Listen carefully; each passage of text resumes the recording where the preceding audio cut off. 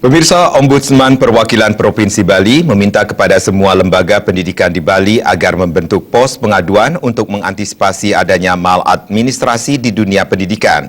Hal tersebut diungkapkan Ombudsman Bali di depan para perwakilan rektor perguruan tinggi di Bali. Ketua Ombudsman Provinsi Bali Umar Ibnu Al-Khattab mengatakan perguruan tinggi ke depan harus bersentuhan dengan realitas menyuarakan masalah yang ada saat ini, serta mengkritik dan mengurangi maladministrasi.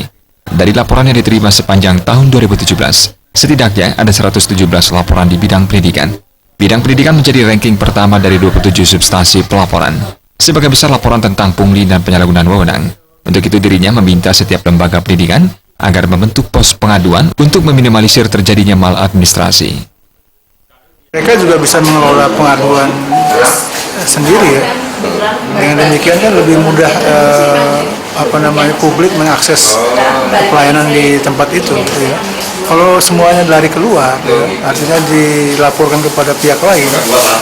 Nah, kesan kita kan jadi liar ininya pengelolaannya. Ya. Nah, kita ingin supaya mereka memiliki pengaduan sendiri sehingga bisa mengelola. Sementara itu, pihak perguruan tinggi mengapresiasi usulan tersebut. Dekan Visip Undiknas University, Inyoman Subanda menyatakan, selama ini pihaknya sudah melaksanakan kontrol terhadap manajemen kampus, sehingga sangat minim terjadinya maladministrasi.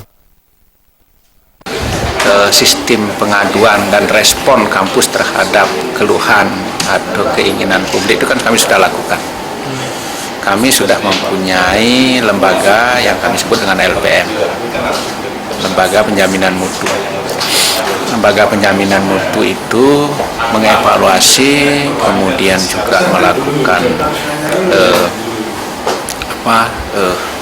jejak pendapat kepada mahasiswa, kepada alumni, kemudian juga kepada publik tentang berbagai pelayanan yang kami lakukan.